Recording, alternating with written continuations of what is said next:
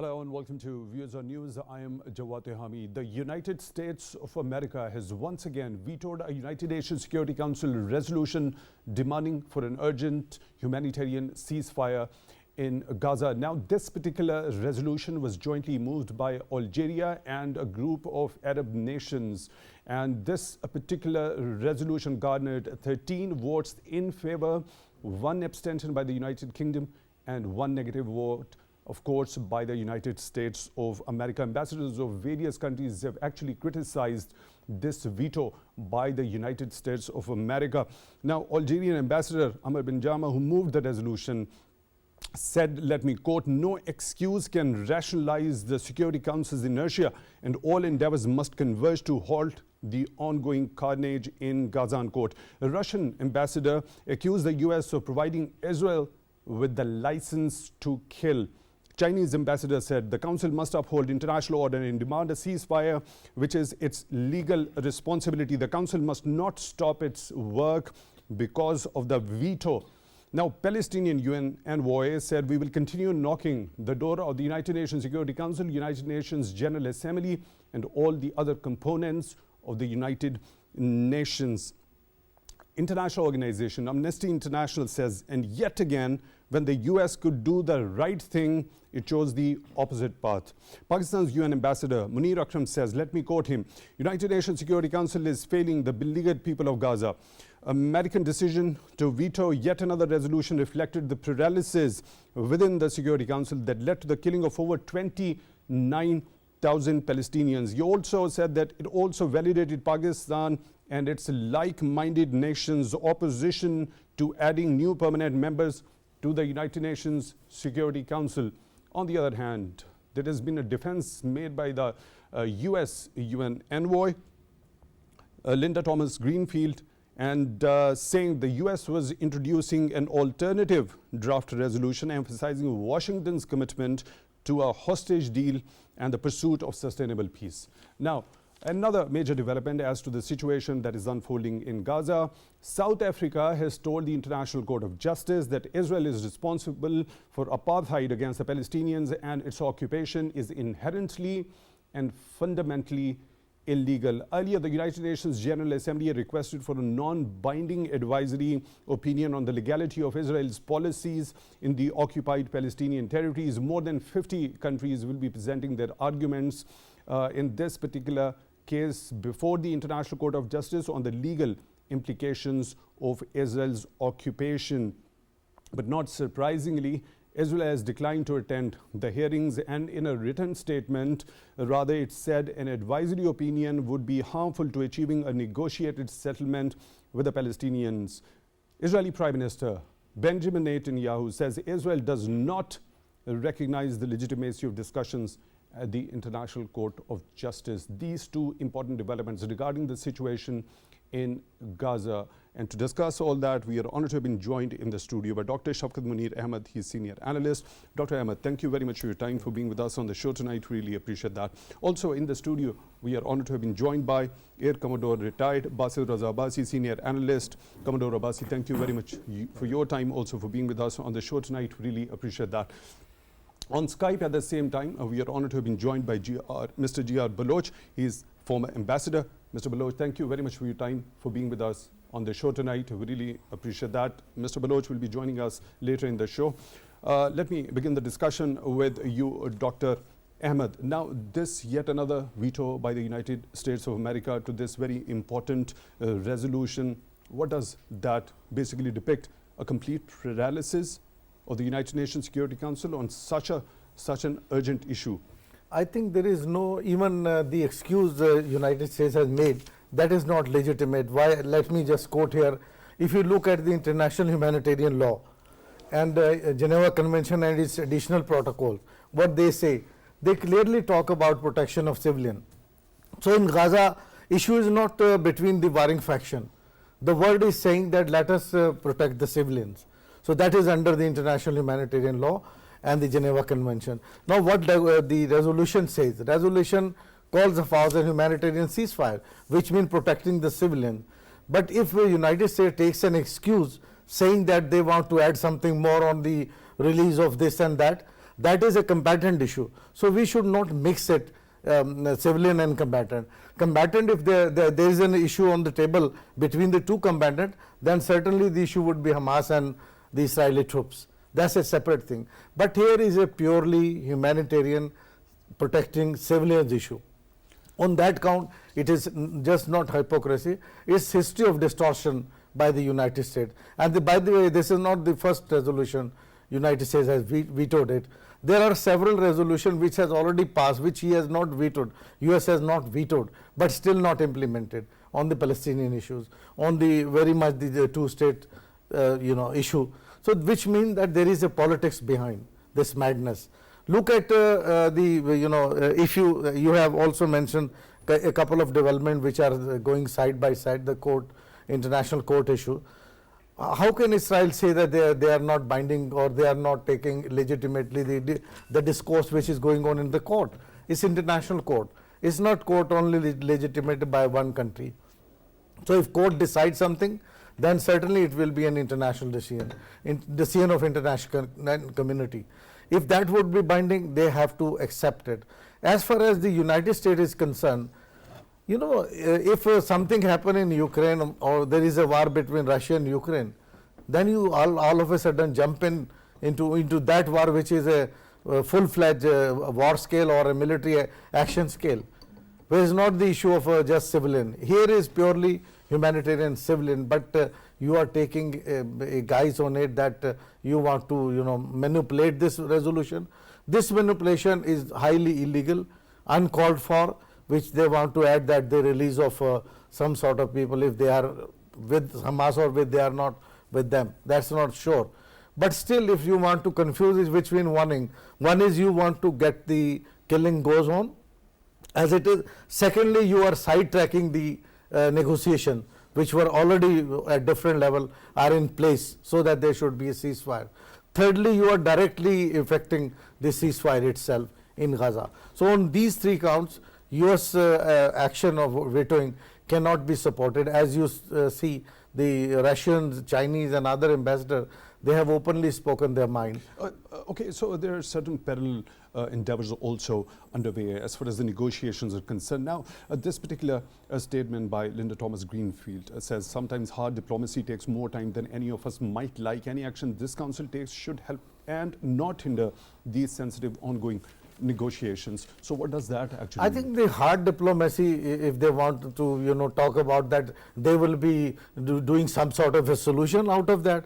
That's not possible because there is a track record. There was Middle East diplomacy earlier in Clinton's time. Then we have seen Obama doing something. But what happened to that? Even when Biden came, they also promised that they will be having a balanced approach on Palestine when there was an election campaign and later on in the four major issues. They wanted that Middle East should come up. But what happened practically? So the hawks overruled the doves. So that's the US policy. Because ultimately there is a military complex in US that is actually operating, and that is owned by largely the Israelis companies, or they have their influences. So the United States state itself, the deep state, that is pro-Israel. That is very much clear now. When Biden was talking to the West on this particular issue, the West were somehow, we were looking at, they were some sort of supportive of the US stand. But here they did not support, because they wanted that this hard diplomacy I'm talking about, they thought that America may want some kind of a ceasefire arrangement. That's why they want to take us on board. But when West saw that that's not clear, even the Britain, which abstained, even their ambassador is in support of the ceasefire, which means the United States has betrayed its own allies as well on this count. So when you specifically talk about the United Kingdom, it actually abstained from this particular resolution. Yeah. So, but when we talk about that particular statement, it calls for a ceasefire. It looks that it is also in the favor of the ceasefire, and this particular bloodshed shouldn't be continuing. So do we understand that the United States with Israel stand isolated at this very critical juncture in history? Certainly there are 13 votes in favor, which has France. Look at the France ambassador statement. That's very explicitly clear that they want a ceasefire, an immediate ceasefire. Similarly, other ambassadors, the permanent member, only United States out of this permanent member, rest of the 4 are in favor of the resolution.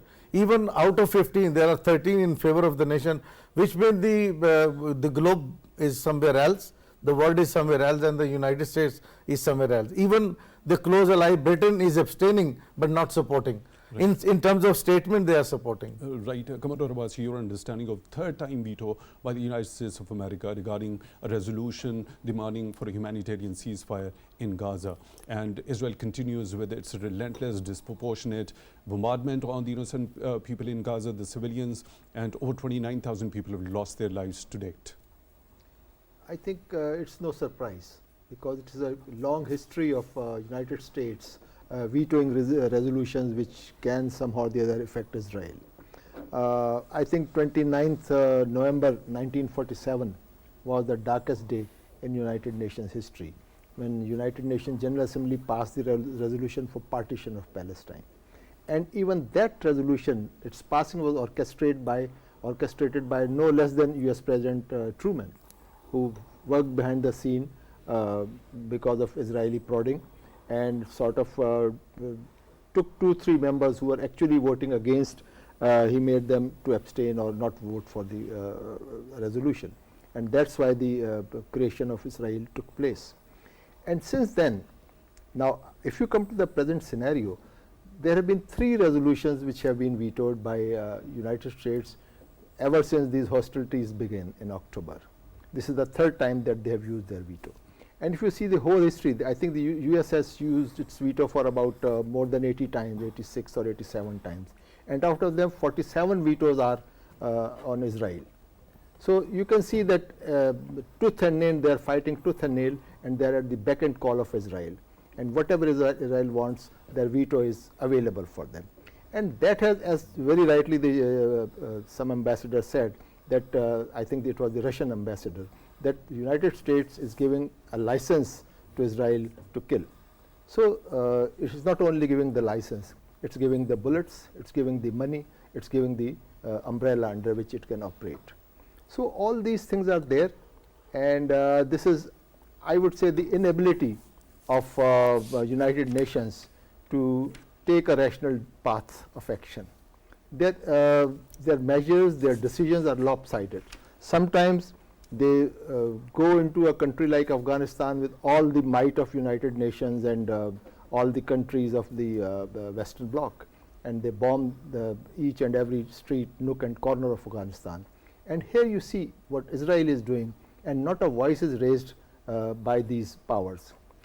Although having said that, and we saw it in UNRWA, when all these countries, just on the allegation by Israel, they sort of withdrew their support, they stopped their funding, and all of them were there, Germany and Norway, and I mean so many countries of Western nations, NATO countries. And so actually this America calls shots. And ever since the invasion of Ukraine by Russian forces, there has been a sort of all the Western countries have again fallen in line with United States, and they are towing their line. And historically also, and more so now, what America wants, it's prevailing.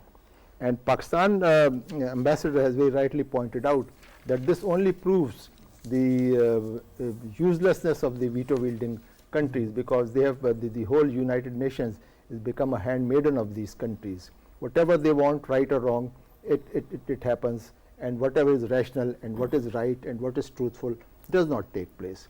So this pattern is going to continue, and my sympathies, my heart bleeds for the Palestinians. So Commodore Abbasi, how do you look at these statements which have come from the UN ambassador from France and UK also, although UK abstained in this particular voting for this particular resolution? Now French ambassador has expressed regret over the resolution's failure, as well as when we talk about UK's ambassador, he's called for immediate suspension in fighting, and has also said Israeli operations must end, Security Council must act without the further delay. So when you talk about the Western Bloc, don't you see United States of America with its continuity of the vetoes for these resolutions of the United Nations Security Council is becoming more alienated from this particular bloc by looking That's at these right. two statements? That's right. I think because all these countries, although they are all supportive of Israel at their hearts, but they have got their own domestic vote bank, and they have to sort of address to their concerns also. And those voices are gaining momentum, which are sort of crying about these genocides and all these crimes against humanity. And somehow the other, you just named France and Britain, and the Foreign Secretary, British Foreign Secretary David Cameron has been very vocal about it, that this should stop immediately. And look at United States. I think this is the only positive development in this whole affair is that they, for the first time, they have used the word ceasefire. Otherwise, they have always talked that there should be a humanitarian pause in lieu of return of hostages. Their main emphasis, first they talk of return of hostages, and then they talk of anything else. So this is a very, very lopsided view of things, and voices are rising. You know, the Brazilian president De Silva, he has equated it to the Holocaust, whatever is Israel doing in Palestine. The Brazilian president has equated it to the Holocaust. So these voices are gathering very interesting momentum. statement that has interestingly come from Cuban president who has said U.S. veto made it complicit in Israel's crimes against Palestinians. So how do you think the international system ideally should operate when there is someone who is complicit in such horrific crimes? Unfortunately, the only world body which is supposed to do some justice and come to some collective wisdom is handmaiden to these 5 countries. And you know, be it Kashmir, be it Palestine, anything, when they want to do something, they can settle the East Timor material thing in a day. But when they don't want, then look at it, Kashmir issue, that for 70 years it has been gathering the dust of history. The Palestine is almost the similar time, and there's so many world disputes. So unfortunately, this mechanism of UN, it has to be revisited, and there has been some changes are required. And I think there are voices which are also rising against this system of sort of hegemony by the 5 veto-wielding powers. Right, we are joined by Mr. Baloch, former ambassador on Skype. Mr. Baloch, thank you very much for your time, for being with us on Views on News tonight. Really appreciate that. Now, another veto by the United States of America regarding a resolution that demands for a humanitarian ceasefire as far as Gaza is concerned. How do you look at this particular veto, especially given the fact there have been statements by President Joe Biden himself, especially when we refer to that particular statement when he warned Israel that because of its indiscriminate and disproportionate bombardment on Gaza, it was losing the international support. So isn't the same principle applicable in this case when the United States continuously vetoes these important resolutions in the United Nations Security Council, with majority of the countries and the members there voting in favor of such resolutions and only negative vote coming from the United States of America? Yeah, actually, now when we think of the carnage, the genocide, the open day or daylight murder of Palestinian children, women, old and young, now the figure has reached over 28,000 killed and about 60,000 wounded, and almost entire Gaza has been razed to the ground. Now, in these circumstances, when the entire international public opinion, the government opinion, a humanitarian opinion, all is condemning what Israel is doing. Just one country just stands out in sabotaging, in thwarting, and in fact misusing its the archaic system of the UN Security Council. It appears, I think more and more now people are getting convinced, and I've seen a lot of comments that it seems that with the present structure of the United Nations, it has lost its credibility, its even utility, because it was supposed to be a forum, an international, essentially a court of last appeal as far as the international order was concerned. So now, if the court of ultimate relief, ultimate appeal is so paralyzed by one tiny, small little country, which is obviously by all discerning is an artificial transplant in the Middle East, serving the imperial objectives of that time.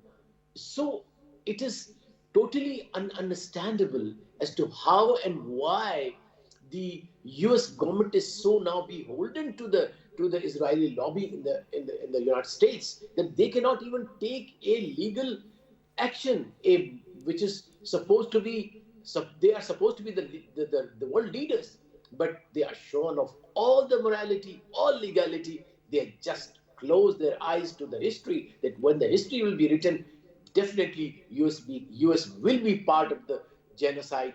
US will be, its veto will be counted as being in fact abettor in a way of what has happened and the carnage that we see in the Palestinian territory in Gaza. So I think it's a very strange kind of situation. The other point which which comes out of this situation is that how helpless is the international community in general and the Muslim and Arab communities in particular, except for passing resolution, except for condemning. We do not have enough leverage, political leverage. Is Muslim and Arab and other what is called the global South does not have the leverage to stop Israel from carrying out its carnage. And the worst is, despite all of it, even till today, the weapons are being given. The assistance is being approved by the Congress for Israel. So I think it's a very, very bad commentary on a country which is supposed to be leading the world, the democratic world, the enlightened world, a world which is supposed to have, which is advocating rule-based world order. So I think all these claims literally fall flat in terms of the actual conduct that we see in the UN Security Council. Yes, please.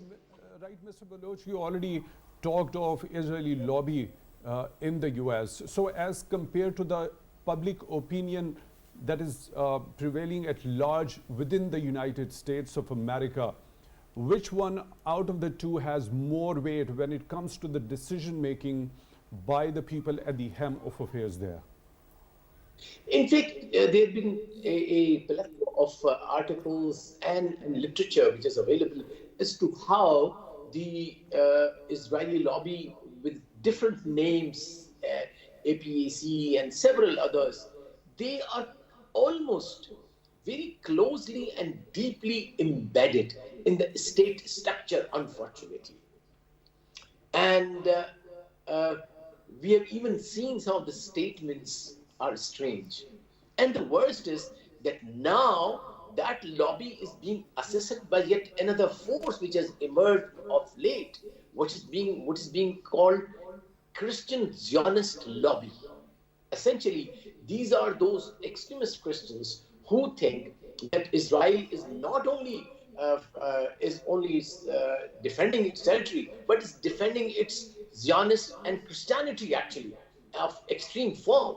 Obviously, that Christianity is not what we know them, but this is that fringe. But that fringe is very, very influential, and again, it also complements the efforts of the Israeli lobby to influence the decision making.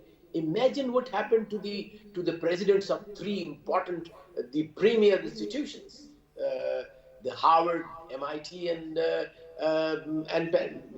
Pennsylvania University.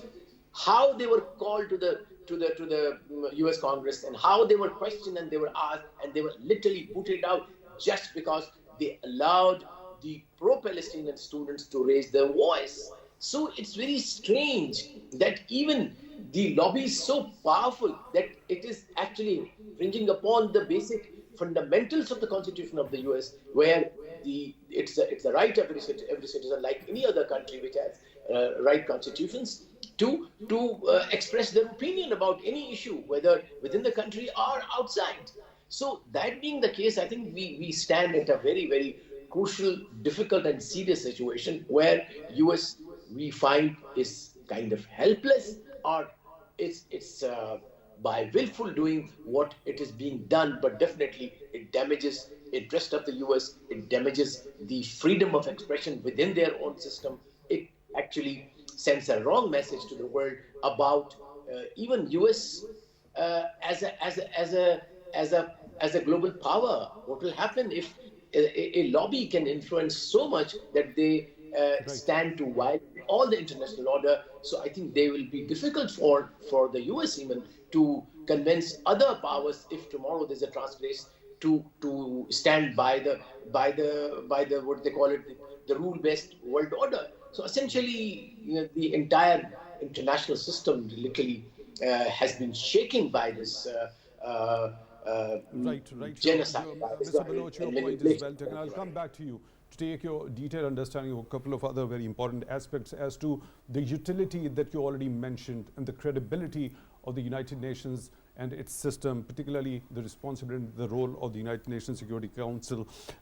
Dr. Ahmad, now, the same question, which particular side carries more weight? Do you agree with what Mr. Baloch has mentioned, the Israeli lobby or the public opinion at large within the United States? I think at the moment it seems that again the Israeli lobby works, but in a larger context I would see that it would not go longer, because public opinion is getting more opinions. It's not only in United States, but public opinion across the world is changing, and this is not the 20 years back situation now.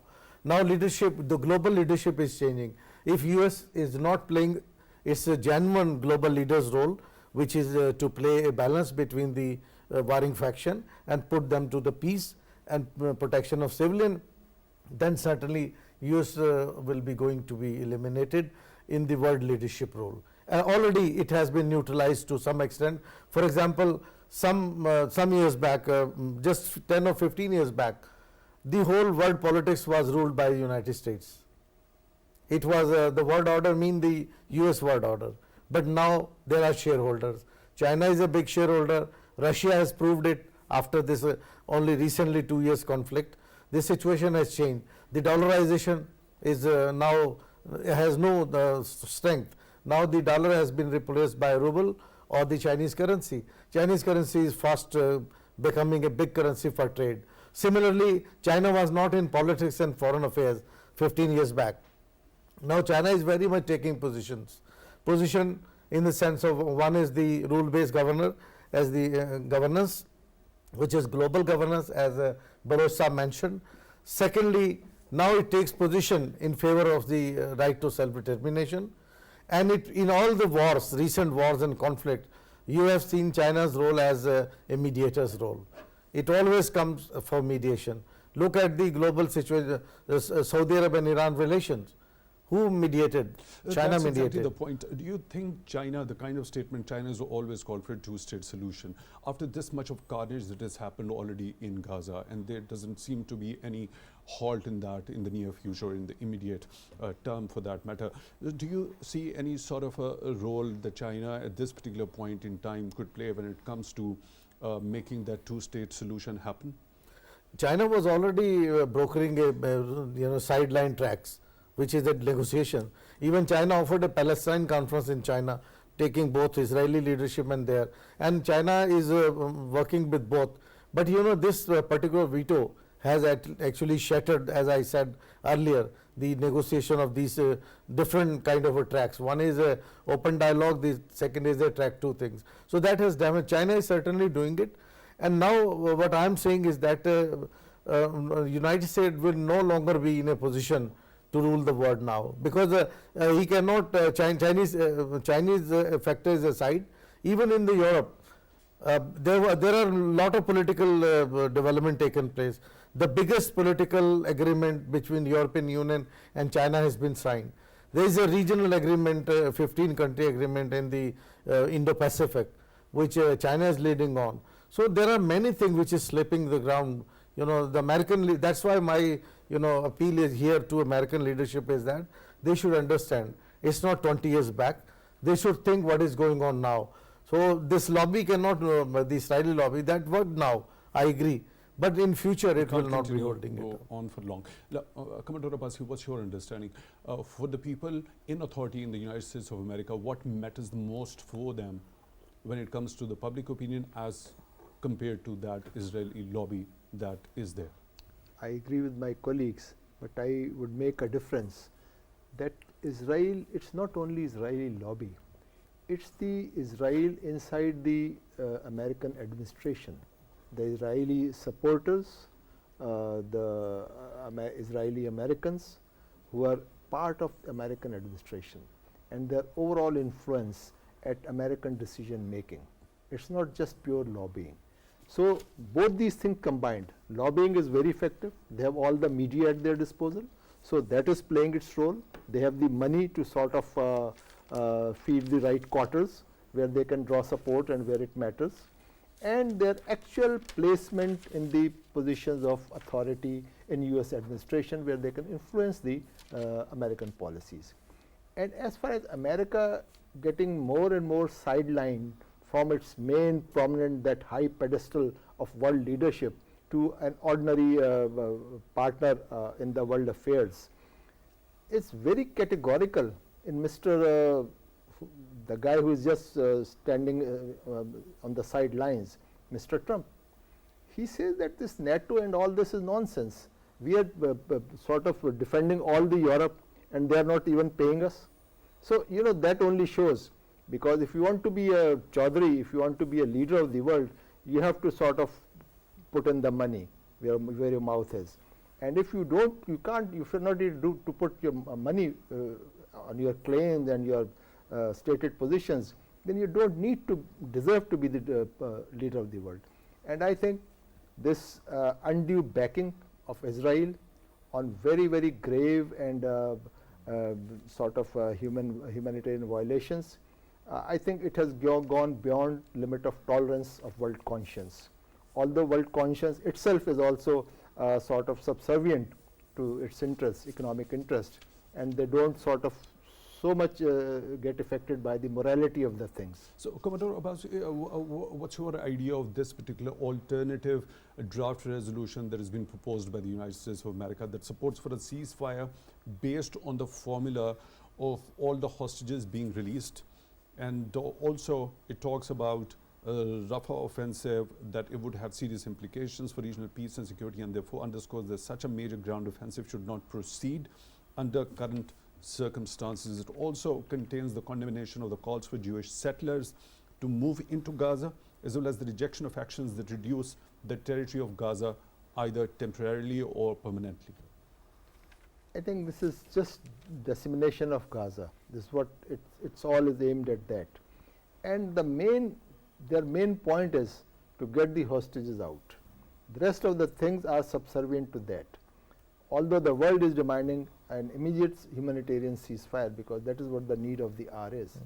So Americans are actually sort of repeating the mantra of Israel. What Israel wants, they are actually verbalizing it themselves. And this will not take them anywhere, although they have the might at their disposal, and they are arming the Israel to its teeth, and all the destruction that is being brought on the Palestinians actually is the armed and ammunition funneled through United States. So what about the release of the hostages? Could there be any sort of a possibility, if those hostages are released immediately in the immediate term, this entire offensive by Israeli regime on Gaza could come to a halt?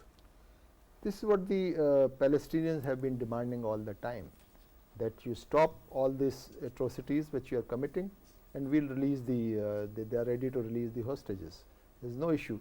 Actually, hostages have only been taken for their security, because they know that these guys are going to sort of brutally react, and this is the only. Otherwise, what other security they have? So have they acted less brutally after the hostages being taken? Actually, they have sort of who, the Israelis? the brutality towards Gaza on the part of Israeli regime? Yes, it is going on because they think they can have a military solution to it, and that's what they are trying. They are not caring what is happening to the civilians. They are destroying each and everything systematically. The last thing is the hospitals. You know, there is no functional hospital in Gaza now. The only hospital has actually been raided by Israel recently. And all these things are taking place, and I don't see that what United States is proposing is going to succeed.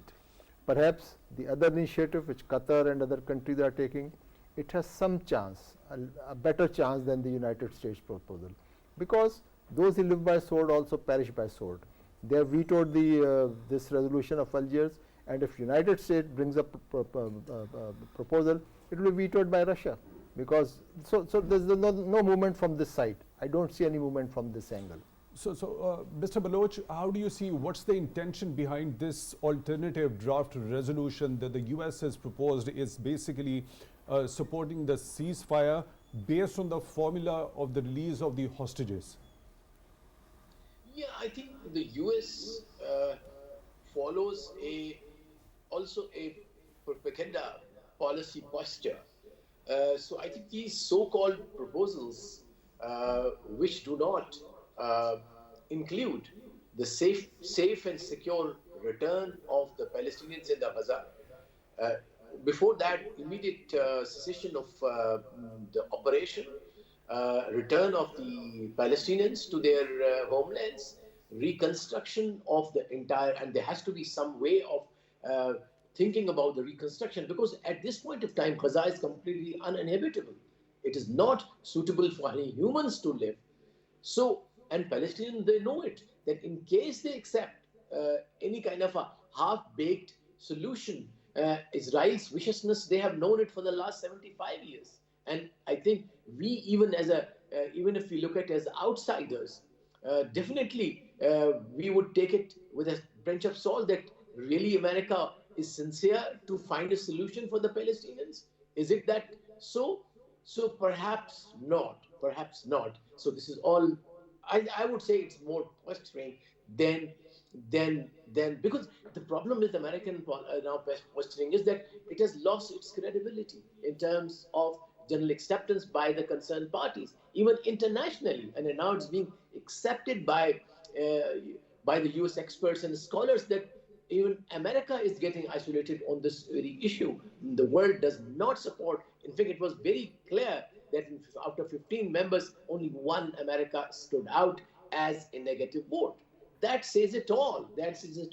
So in that case, any proposal coming from such a party, it may not be used, it could have been some other party, but a party which takes a stance entirely contrary to the entire world opinion against the 13 permanent members of the Security Council. How could that country be trusted with some kind of a credible solution? So I think this solution, so-called solution, is more of a public posturing, is more of a PR exercise to look good, to look magnanimous, and to look as global leader as possible, which may work or which may not work. So I think somebody like China can come up as a credible mediator, a side which is almost like neutral and is credible. The most important thing is it's credible, and the Israelis also to some extent trust, and obviously the Arabs and the rest of the world do trust. So I think China, if at all, is allowed the space and is not given a position by the Americans, because China doesn't want to be embarrassed. Definitely it would very much like some kind of a Chinese initiative to come, but they know that the moment they go ahead, they will be projected, that will be then rivaled by a US, and it will try to sabotage it. Probably I would think like that if I am a Chinese, that's how I will think. So the problem is that we are in a very, very complex situation. But is there any, I think the more important, which agitates me every morning, every time that I wake up and see the news in Raza, that is there any way out? Are we only come discuss the carnage, today 28,000, tomorrow 29,000, day after 30,000? Dead, my God, I can't even utter these words. They're human beings. They're children. They are women. They are mother. They are sisters. They are sons, daughters, with, which had dreams. Those dreams have been shattered, and nobody is there to ask this one nation that now enough is enough, Mr. Netanyahu. The problem is that now not only the Palestinians, the Israeli population is being kept as a hostage by Netanyahu. Even he has been able to manipulate the the lobby to keep US as a hostage to his political survival, because he knows that moment this war comes to end, that will be his last day in his government, and next day he would kind of face perhaps charges or whatever the case. So I think there is one person. If all US over here, I'll come back to you. Now, Dr. Ahmad, now your understanding regarding to the intention of the United States of America with this alternative resolution to be brought into the United Nations Security Council based on the formula of the hostage release. Now, possibility and the prospects of any release of the hostages, could it bring this carnage to a halt? I think there are two things. One thing is that humanitarian resolution for ceasefire. The alternate resolution could not be equated with it, because that is an advanced part of the negotiation. These points, what Americans want to put it, they have the right to put their point, but that would be at a negotiation state. Once the humanitarian ceasefire is effected, then there will be negotiation. Certainly they can raise their point, and Palestinians would have their own point. Right. So the issue of hostages can be solved only through bilateral or multilateral negotiation, and rightly if China or others are mediators, because America is now party with Israel. Not with this particular offensive that is continuously no, not ongoing. with Okay, so talking about the credibility and the utility of the United Nations. Now, there is a statement that has been made by United Nations, Pakistan's permanent representative to the United Nations, that it has also validated Pakistan and its like-minded nations' opposition to adding new permanent members to the United Nations Security Council. Pakistan's stance has been the democratization of the United Nations Security Council. Your take regarding that? At first place, there should not be this kind of a privileged club which can veto with veto power. There should be a seniors member who can decide mutually like this. But veto should not put everything down. For example, United Security Council is there. 15 members, they should sit. If 13 say yes, it should be implemented. So no veto. Secondly, the parallel process is through the International Court. Now what will happen if the International Court rules otherwise against Israel, which is we see at the moment the argument at the International Court by President Lula and others, which sort of arguments are there. Even South Africa, they have put up saying apartheid thing. If the court rules, then what? Court ruling should be implemented through a justice-based global system, and who will veto that then? So there will be a problem. Earlier, but there must all be the an veto implementation mechanism after that, and especially this particular second case that's been requested by the United Nations General Assembly for a non-binding advisory opinion as to the Israeli policies, the legality of it regarding its policies in Gaza. I'll come to you for that particular point later. Now, Commodore Abbasi, regarding the utility and the credibility of the United Nations, particularly when we talk about the United Nations Security Council's democratization, as well as Pakistan's stance and like-minded nations' stance that no permanent members should be added to it. I think this is a need of the hour, because we have repeatedly seen that the veto-wielding powers have tried to sort of turn the world according to their own likings. And today France has, for a change, got a side.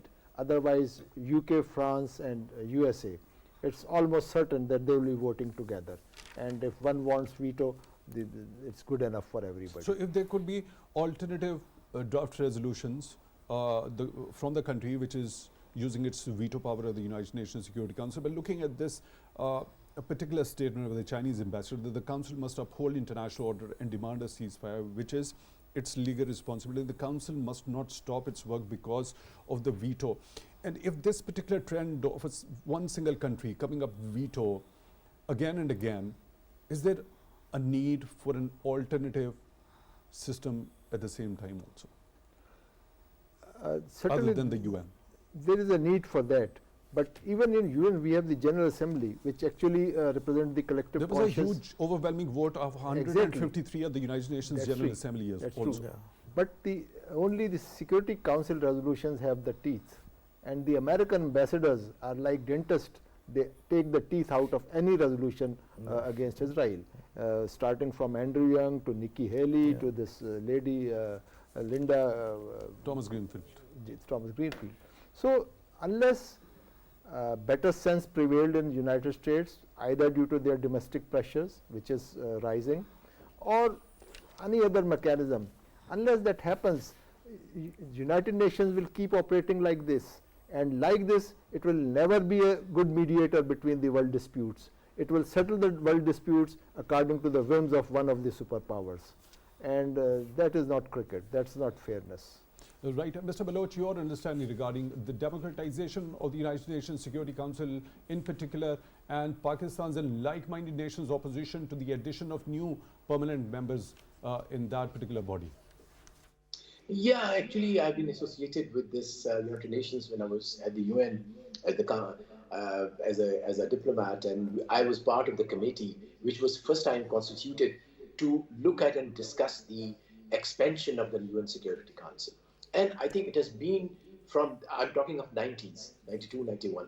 So from that time onwards, and Pakistan has been consistent in saying that the United Nations, especially the Security Council, has to be democratized.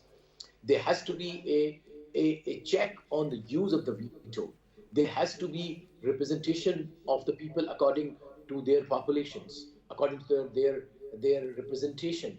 So I think at this, that there is a consensus in the world. In fact, there is a big lobby at the UN of the countries of the South who advocate that in this form, the United Nations or particularly the Security Council is not at all performing its duty of maintaining peace and harmony in the world. It was made, like the nations, they came together under the banner of United Nations to have a global body which should ensure peace in the world and prevent war. But that is unfortunately this is the primary objective for which the United Nations was made. But it appears that this very objective has been nullified by no less by the founder members, and now wielding the veto power. So I think there's an urgent need to, and there are several actually pathways that have been suggested, like strengthening the United General Assembly, making its power more obligatory, having positive veto rather than a negative veto. That, for example, this very veto by the United States cannot be justified on any moral, legal, or any other international or humanitarian consideration. So there has to be a mechanism where the use of the veto by the veto wielding powers 5 permanent members has to be checked. There has to be more and more non-permanent members in the UN Security Council. There could be a weightage, system of weightage to the votes of the non-permanent members and the permanent members, so that there is some kind of a balance in terms of their power within the security voting system. So I think unless the United Nations really is reformed, they hope from the United Nations to be a guarantor of the world peace, to be a global advocate and implementer of the Charter of Peace and in the world, it would elude the world, and that is how it is happening. The reforms at the United Nations Security Council also. Now, one last point, Mr. Baloch. Now, what significance do you see of this particular request by the United Nations General Assembly to the International Court of Justice of its non-binding advisory opinion as regards to the policies of Israel and its effect on Gaza? Obviously, it will be add to the already portfolio which the world already has it, that how grossly Israel is in violation of all the charters of the world, may it be United Nations Charter, may it be Human Rights Charter, may it be the Charter for Prevention of Genocide, may it be Charter of the UNHCR for the even if one says it as a war, which is what they say, I say it's not a war. War has certain principles. Even those very principles of war and rules of the war have been violated by Israelis. But definitely this will sort of add to the moral pressure, to the international pressure on Israel to rethink. And I think, I feel. Pressure. And there's not going to be any sort of a binding effect. It's already been rejected by Israel. Am I correct on that? Yeah, that's a problem. That's the problem. So the point I wanted to make was that I'm still not giving hope from even the public opinion in the US or even Israel itself. There is a sizable peace lobby within Israel, but as you know that the extremist fringe is always very bad. I'll have to cut you short here, Mr. Baloch. Unfortunately, we're short of time. Mr. Baloch, former ambassador, joining us on Skype. Thank you very much for being with us on the show tonight.